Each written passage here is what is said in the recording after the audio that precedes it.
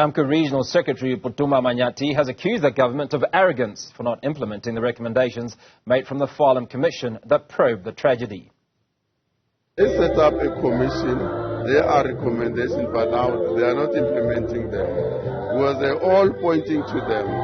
But if they were pointing to us, they would have by now implemented them. Because the whole plan was to get the Deputy President of AMCA arrested. Now, because they didn't get what they wanted, that's why they don't know what to do with those recommendations.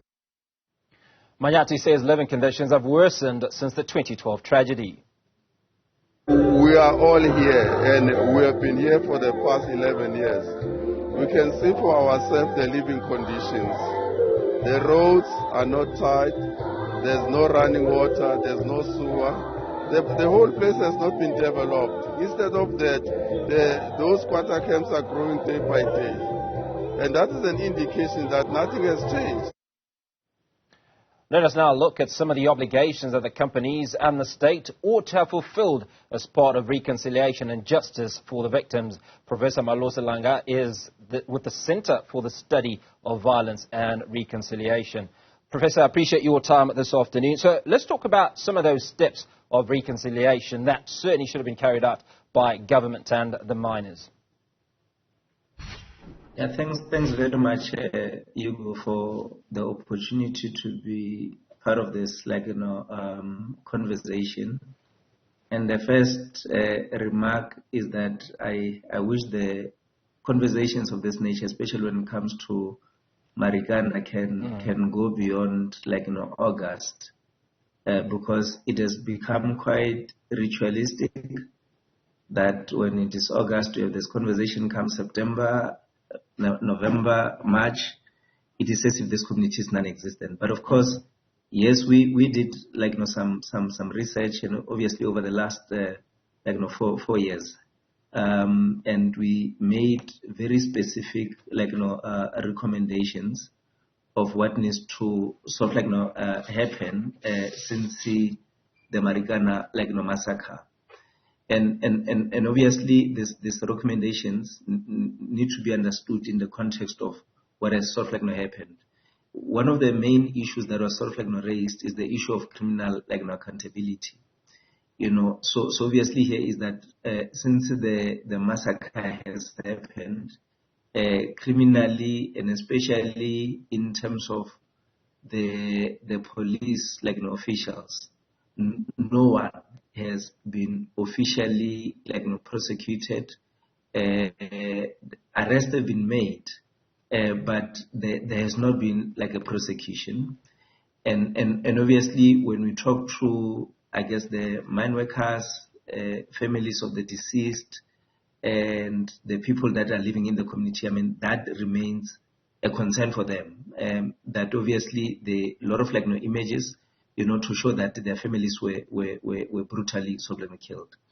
But also the other key recommendation is the issue about civil claims, that the process has taken longer. Till to date, many family members have not been compensated, and the process has been dragging, and it continues to drag. And for families is that, look, they can't afford to suffer the way they are suffering. And the other key recommendation is the issue of memorialization, to say we all need to acknowledge that the people were killed, but it's a tragedy that we cannot write off in our history books. It needs to be acknowledged, it needs to be documented. And the last one obviously is the issue of apology. Everyone in Marikana says, look, an apology is needed, that acknowledgement to say they were wronged. Professor, you talk about the apology, and for you and I it would obviously seem a very simple thing. But I'd like to think that it might be a little bit more complicated, which is the reason that it hasn't been made. What are the implications of officially apologizing?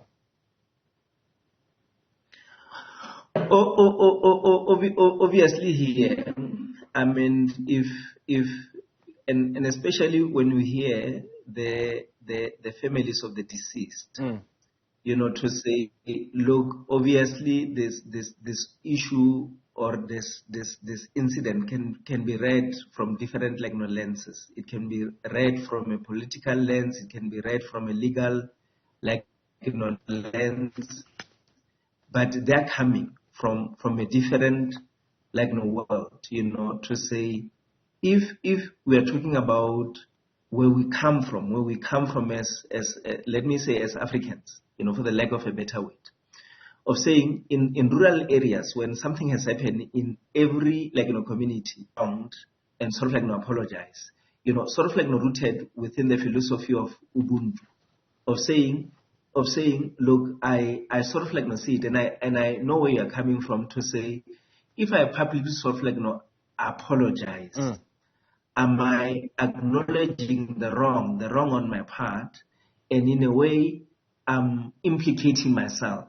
Correct. And no one would want to do that. Okay?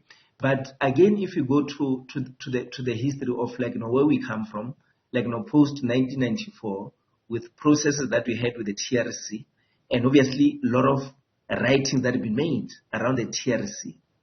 One of the key missing element has been that of apology. And of course now some of these social unrest, social problems can also be read from that lens, to say the wrongs of the past have not been acknowledged. And we may repeat the same mistake with Marikana. And we need not to allow the history to repeat itself. Because I think the other problem is that this issue has become highly legalized and hence compensated. We go through unnecessary legal processes, and in fact they create more pain than good. So for me, that public apology, and of course one can even go far as saying, as a leader, you rise above, you and in fact for me it would make such a huge difference. Professor, you talk about the complications around legalizing everything. Would you suggest then that the authorities are buying time? Because obviously you need a huge amount of resource to file papers and to contest a legal position. Now, if you're the community of Marikana, if you're amongst those widows, is the supposition that these widows and other victims will soon tire? I mean, it has been 11 years.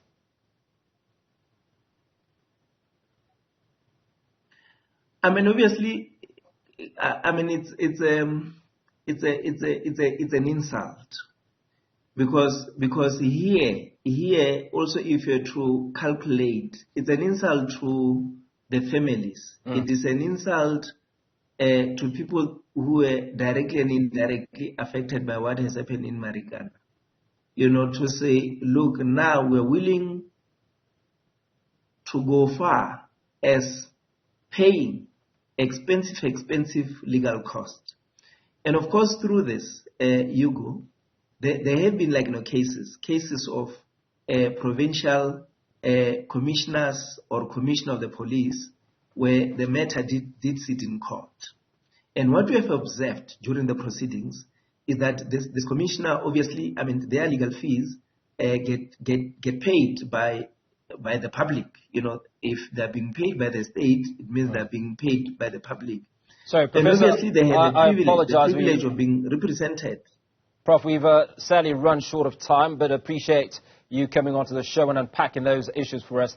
Professor Malose Langa is with the Center for the Study of Violence and Reconciliation.